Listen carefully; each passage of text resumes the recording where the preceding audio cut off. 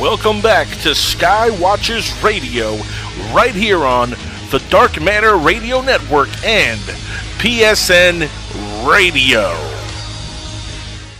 Alrighty, we are back here on Skywatchers Radio. For the next segment, we have Dr. Joseph Marra, who's going to be a regular on the show.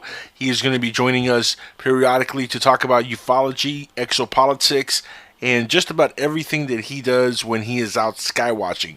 And it's your first time on this show as your segment with us, and we're really happy to have you on. I know the audience is eager to learn who you are.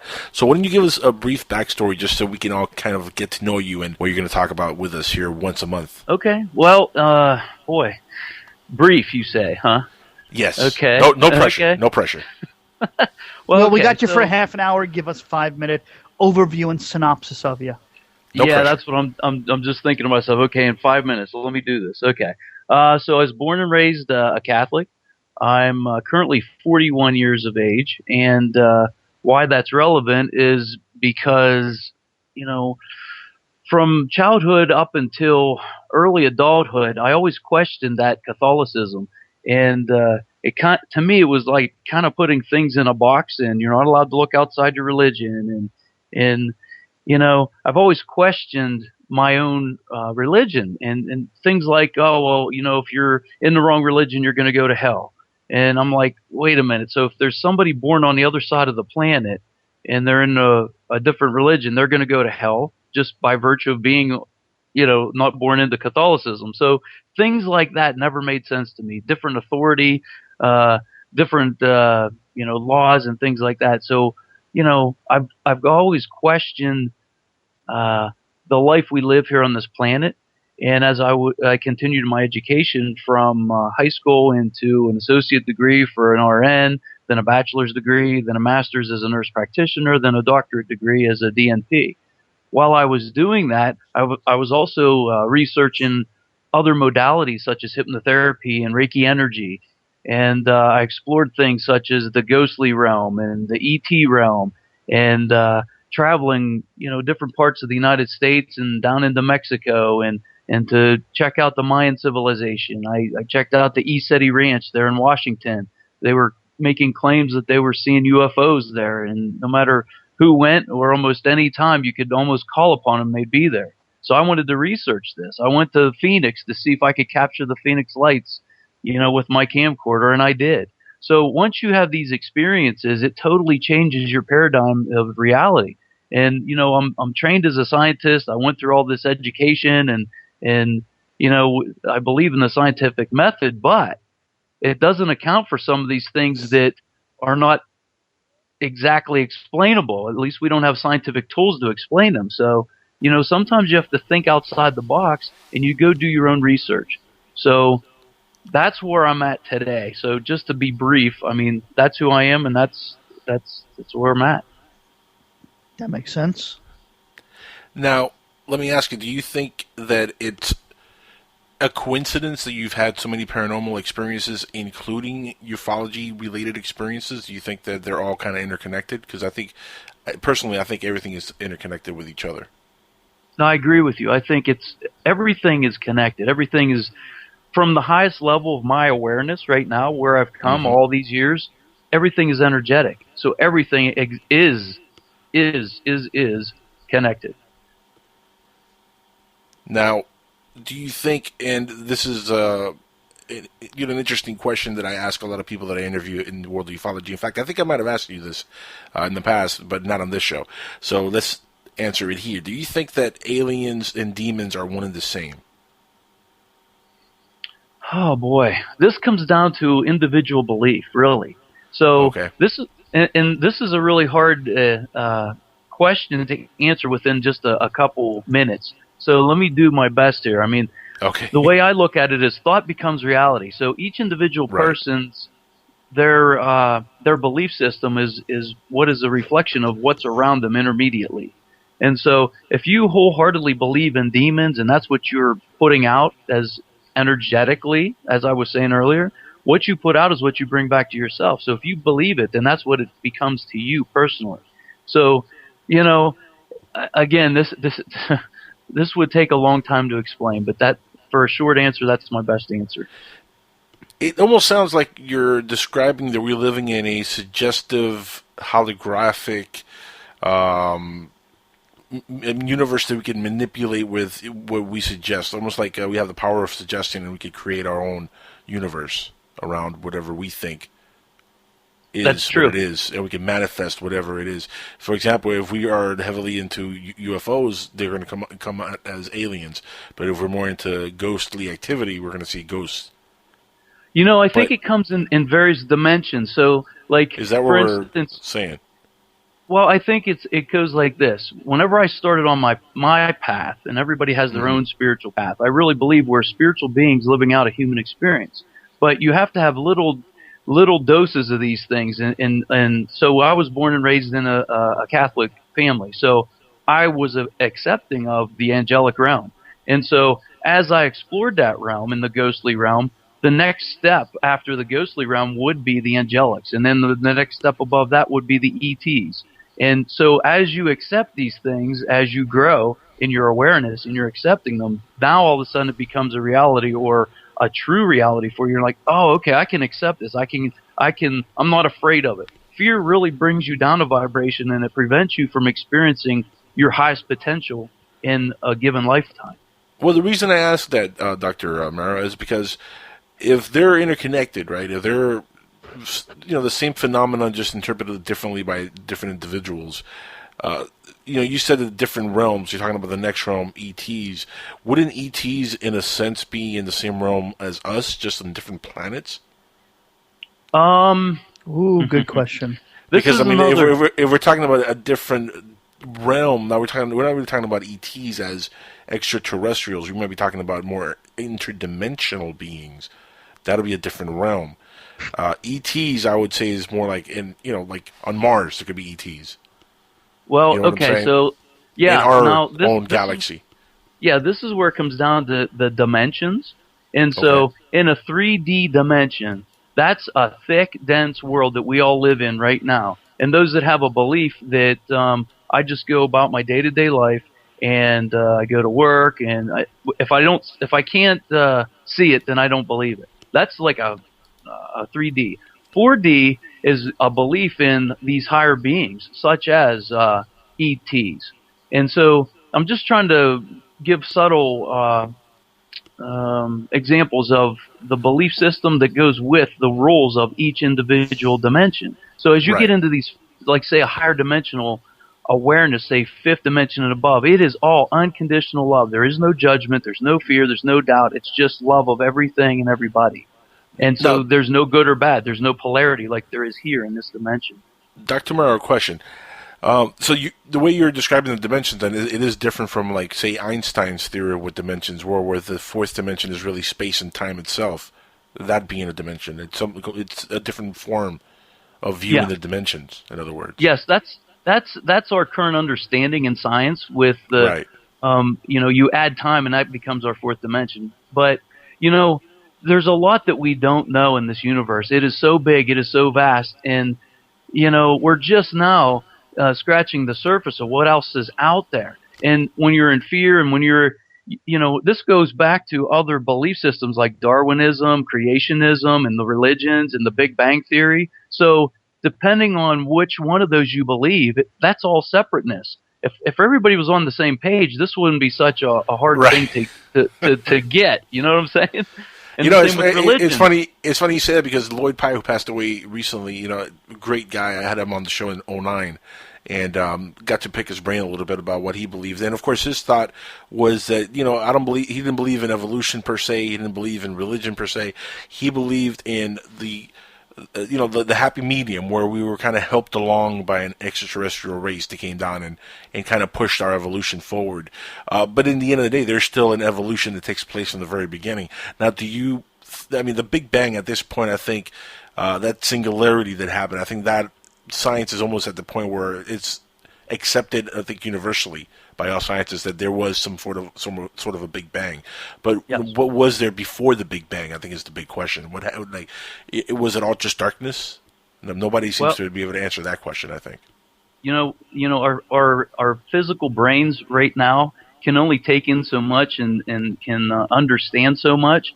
And so I think we're limited just with the ability. We are only using 8 to 10% of our brain. We're only using 3 to 5% of our DNA. Yeah, some of us don't even use that much, to be honest.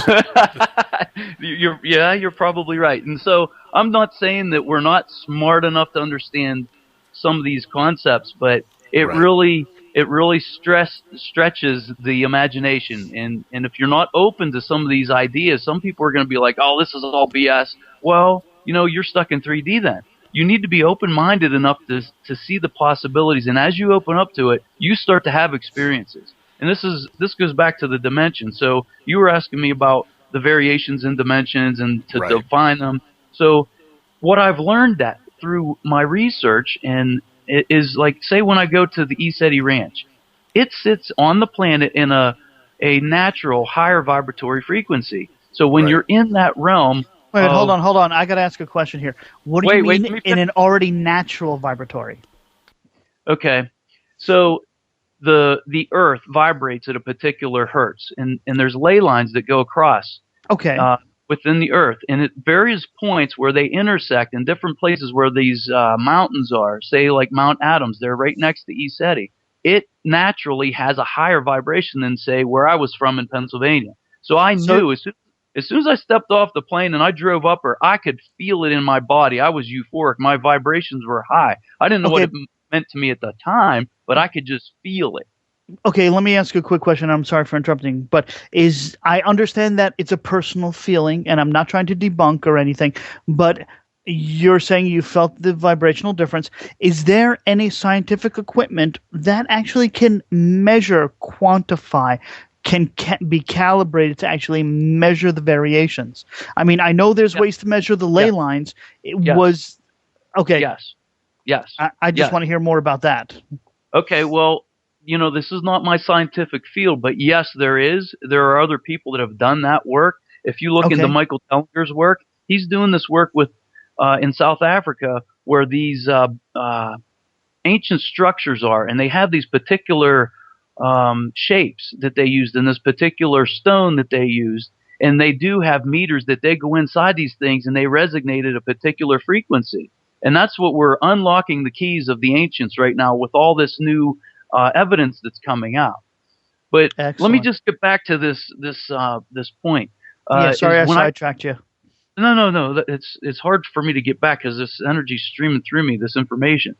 So as I'm sitting there at ESETI Ranch with all these other people, all of a sudden, because you're at the same place at the same time in a higher vibration, and collectively, this is another thing we didn't talk about yet, but humanity also has this collective consciousness. We talked about thought becomes reality. Well, that's your individual reality. There's also a consciousness field that goes around this planet. And as we're all connected to it, depending if you're tapped into different places at different times, you perceive the same thing at the same time. So while I was at ESETI Ranch, and there was at least 30 people there. And all of a sudden, these UFOs start coming over, and we're all seeing them. And you know what? I have to question that if I was in, say, a lower vibratory place on the planet, if I would actually see this. And I really think the answer is no, I wouldn't have. It's a matter of you raising your frequency to the point of where you can see these things and where they're resonating at, if that makes sense to you. And we have these things on film. And we have also, now this is really strange. I go to this place to see UFOs, and all of a sudden you see all these orbs all around you, and one comes right in front of your face, and it turns into a pixie. Okay, this thing's like 2 inches high. We have it on camera too. So so there's a lot of people on the listening to this going, "Oh, this guy's crazy," and this and that. But you know what? Look up the documentary. We have it on film. Plus, you have the corroboration of all the other people that are witnessing the same thing as you at the same time. Okay. Now, have you plugged the documentary? Where do we find this? No, I have a question about, because you sent me the video earlier, and I saw some of the footage on there, and there was definitely some very interesting stuff you guys captured on there. What other spectrums of light are you looking through? Is it just all infrared? No, actually, the tools that they were using there at the ESETI Ranch, you're going to have to maybe contact James Gilliland, who owns the ranch. I don't know exactly what the technology that or I don't remember. I'm sure he told me at the Right. time what we're looking through and what we're using as far as the film footage, but I don't remember. And again, that's not my field, so I apologize for not being specific about what it was that we were No, using. no, it's cool. It's cool because the reason I ask is there is some infrared cameras that do pick up bugs and it illuminates the hell out of them. And there was a couple shots in there that were a little, I don't know, a little bizarre, but there was some stuff in there that I saw that really did look weird. Like, I mean, just out of this world. Weird. Yeah, so. thanks for sending me a copy. I didn't get to see I'm it yet. sorry. Oh, sniffles. I'll send it to you later. Don't worry. I all try his to fault. prepare you for, if we're going to be talking about various things, I can send you guys various information so we can discuss it, and you can hammer me with all these questions you have, and I can try to do the best I can to. I mean, Well, remember, in a half hour, this is just like a brief get to know you type of thing. When you come back in the future, it would be more like, well, you have a report for us, then let's talk about right. what you want to talk about. You know, the Okay. audience they don't really know you right now. So, in fact, let's sidetrack a little bit because you did have your own show, Universal Talk Radio. Tell us a little bit about what happened with that show and why it went away. Okay, well, when you start finding these things out, you need to talk to somebody about this, right? And when you have people in your family and your friends that they don't get it and they don't care about it, and this is years ago, I'm like, okay, who do I talk to about this? So I had to have a platform to not only discuss what I have found, but interview people to put the pieces to the puzzle together. And that's what Universal Talk was all about. It's still online if people want to go back and start at the beginning and go through what many of us call the geopolitical to figure out that, yep, there's chemtrails. Yep, there's a financial, the banksters that have been taking over our planet. I mean, all this stuff is a reality. All these whistleblowers that I've interviewed in NASA and astronauts and doctors and lawyers, and I mean, from all over the world. That's what that was all about. And once I got to the point of an understanding of what's going on, I kind of shifted my awareness to, okay, now I know what's going on. How can I help myself, my fellow human beings, and the planet?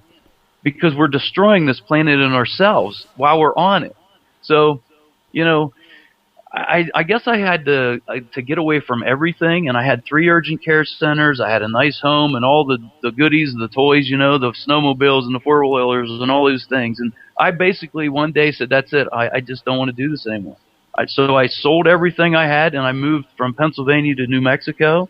And, I just wanted to find the truth. That's what I've been looking for all my life. And I think each person's individual truth changes depending on what point in the path they are. Because the more you research, the more rabbit holes you go down, and the more all of a sudden you prove to yourself, oh my gosh, this is a reality. Oh, this is real. This is real. And then, I don't think anybody ever stops growing. I think that's what the universe is all about, expansion.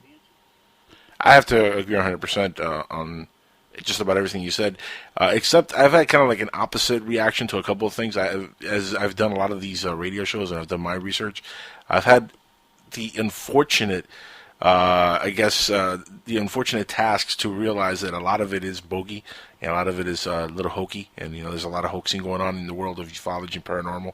How do you feel about people that are just out for a quick buck and are really hoaxing all the videos on YouTube and all that kind of stuff that's been going on in the last 5 years? Well, it is a little bit annoying because when there's people out there that are muddying the water, so to speak. So to speak, yeah. Yeah. So you're just like, okay, what's real and what's not? Because everybody that has had a taste of this and has had their own personal experience wants to believe in more things. So now you're on edge and you're cautious about what you believe and what you don't. And so again, it's kind of like that separation we talked about before with Darwinism and all this. We can't get to the truth like just streamlined because there's so much BS to wade through. So you're right. There are people out there. There are charlatans. There are people that are just making claims that aren't true. And like I always say, this is a schoolhouse. A schoolhouse of life here on this planet. And Yeah. without opposition, there's no growth. So I see the good guys, the bad guys. I don't even see them as good or bad anymore. I just see it as opposition for growth. Who do you? I mean, in your research, who comes to mind as probably the most credible, person that you've researched or group that you researched, and who would be the most, the least credible? I guess I would say. I would ask. Oh boy. I would have to say James Gilliland at his ranch, at the ESETI Ranch, is the most credible because he has had PhD guys there that have gone up there with equipment, their own independent studies, and they were there as a skeptic and they left as a believer. And I've personally been there. So I have personal experience. I talked to the man. I was on his ranch. I had my own experiences, plus all these other, Boeing guys, these triple PhD guys that are going up there and witnessing it themselves, and they just can't explain what they're seeing. So I'd say he would be the top. Can anybody contact the ranch and go up there and have a visit? Well, I'll tell you what. In the past, that's the way it was. It was open to anybody, but now they had to make it more private because he was in court like 10 times or something like this because they're trying to shut him down. And, it's always one of those things when the government catches wind of something that people are going to start waking up to what the hell's really going on this planet. They just want to control it, or they're in fear. It's one of those two things. It's like religious. Oh, well, this is the devil's work. And the next thing you know, they're influential in trying to shut you down. Right. And so, yes, you can still go there, but you have to have a personal invitation. In fact, I think you can get online on the ESETI website and ask for an invitation, and you can actually go up there, but you have to have a personal invitation. And I don't think it's that big of a deal, but just because of the legality, that's what has transpired over the last few years. Now, other than going up there on ESETI, how many hours would you say that you've put into skywatching yourself? Oh, man, I'm always in the sky. In fact, out here, well, I'm a pilot, too, by the way. Yes. So, you forgot to throw that part in. Oh, God, there's just too much. A man of many skills, Dr. Joseph Marra. I get bored easy, I guess. But, yeah, here in New Mexico, I mean, these are the cleanest skies almost on the planet in some parts of New Mexico. So, incidentally, I became a part of the astronomy club here, and they have this out at Clayton Lake State Park. They have some awesome telescopes here, believe it or not. It's in the middle of nowhere, but man, you can really, and this was, oh my gosh, this just popped into my head. I'm sitting here talking to two other members, and they're facing me, and I look up above their heads, and all of a sudden, it looked like a star was coming across the sky and stopped. And it powered up, and it was this great big orange power up, and I was like, my face must have said it all, And I pointed, and those two turned around, and all of a sudden it powered back down, and it just went off. And they both turned around and looked at me and said, "Oh, that must have been the space station." And I'm like, "What?"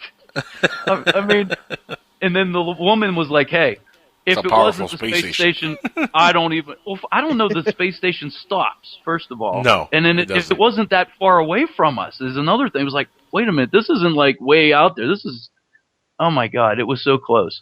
But anyway, her thing was, I'm afraid. I don't want it to be anything but the space station, so don't tell me any different. And so there you go. It's all about belief and acceptance. So I was like excited, like, oh my gosh, I wish I could share this with someone who was open, but Well, there are more people that want to keep their head in the sand than actually face reality. Yeah, and you know what? I don't want to say it was. You know what it was? A unidentified flying object, UFO. I don't know what. I can't say it was a craft, but you know what? If it stops and all of a sudden I'm staring at it, it powers up and then goes off on its merry way. I don't know what it was. I honestly don't know, but it was cool. Here's the final question I have for you for the night, and I know Alan might have one for you, but do you think that a lot of the aircrafts that people do see in the sky, like maybe some of the stuff you've seen, are our own government-back engineered crafts from stuff that we've recovered from like Roswell and other crashes, or is everything alien just coming down to see us? Easy answer is yes. I think that some of this is back engineered. The ones that you can tell the difference, and this is what goes back to the interdimensional, when you start to witness these things, that are these energetic orbs that are huge, and all of a sudden they're sitting there communicating with you by you screaming, saying power up, and you have a whole bunch of people doing that, and next thing you know, it gets real bright like a football field or so, and then it goes back down. And then you see these two fighter jets going towards it, and all of a sudden it blinks out, and as these jets go flying by, it blinks back on. and then it continues to communicate with you. So I don't think those are ours. I think that is something beyond our technology. So hopefully that answered your question. I still say it could always be some recruit just test flying somebody back in June and just messing with you. No, like, if there press some lights. I'm sorry. If there's fighter jets chasing, if there are fighter jets chasing whatever's flying out there, odds are it's not one of ours. Probably not. True. Yeah, you're right. And here's the other thing. This thing was huge compared. These little the jets look like little specks because you can see their flashing lights. And as a pilot, I know you can't hover with something that big unless it's a helicopter, and then you hear noise. Unless it, like you say, it may have been something that we have as a technology that I'm not aware of. But to make it invisible as these things shoot by and then it pop back on, I don't know of anything that we have currently anyway. Well, yeah, but remember, the government does have back-engineered stuff. I'm sure they're a couple hundred years more advanced technologically than what they're telling us, maybe 100, 200 years. They will have stuff they could go to here in Mars in about 25 minutes, maybe less. I'm pretty sure that technology exists already.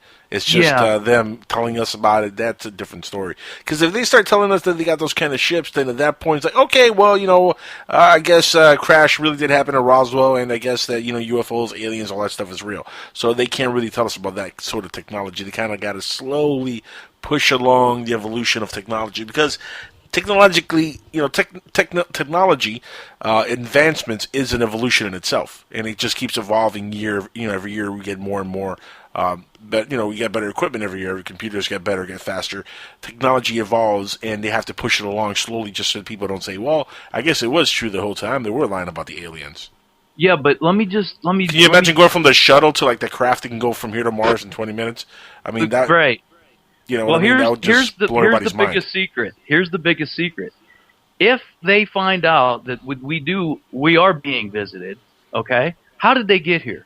They have a propulsion system that does not require oil that we are so addicted to on this planet. So once we figure out the technology that we can have free energy for our cars, our vehicles, our homes, all of that stuff, the people, and this goes back to the geopolitical, the banksters and the people that hijacked this planet. So you have to know the whole story, and that's where I was telling you got to put all the pieces together to understand this, because this is the biggest reason why they won't release it is because there's free energy out there.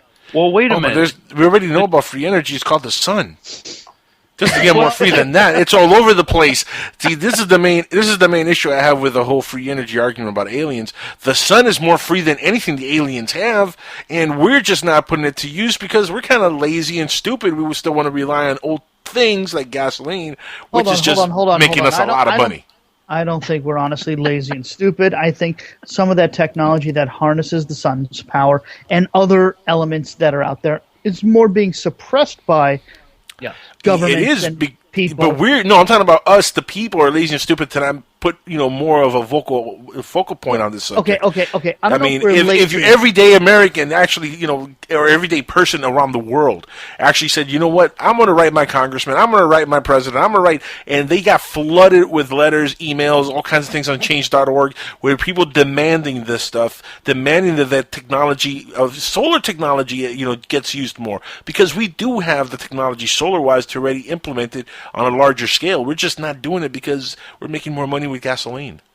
No, we're not the ones that are making money. That's the whole problem. There are other people that are controlling the knowledge.